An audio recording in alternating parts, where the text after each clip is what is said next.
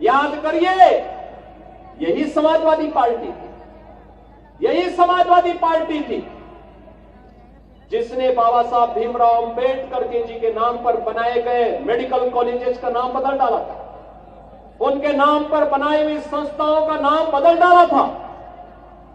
असीम अरुण हमारे समाज कल्याण विभाग के मंत्री हैं, कन्नौज के विधायक हैं, इस आगरा में एसएसपी के रूप में उन्होंने कार्य भी किया है।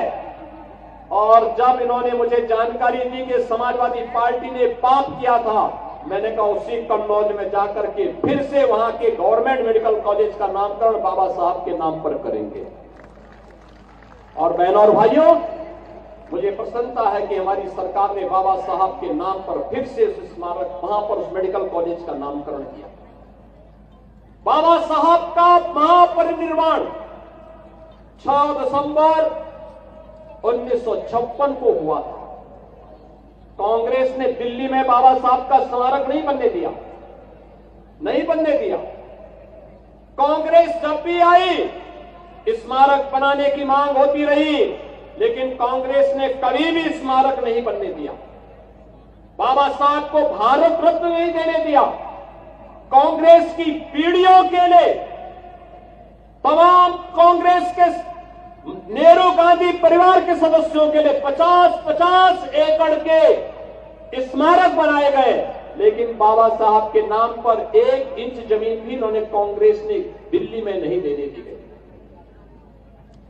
बाबा साहब को के लिए भारत रत्न देने का काम तब हुआ जब श्रद्धेय अटल बिहारी वाजपेयी जी के द्वारा, भारतीय जनता पार्टी के द्वारा दिल्ली के अंदर सरकार को समर्थन किया जा रहा था। तब बाबा साहब को भारत रत्न से सम्मानित किया गया। जब बाबा साहब को दिल्ली में स्मारक बनना था, कांग्रेस व्यवधान डाल रही थी। भारतीय जनता पार्टी के सहयोग से बाबा साहब का दिल्ली में भव्य स्मारक बन पाया।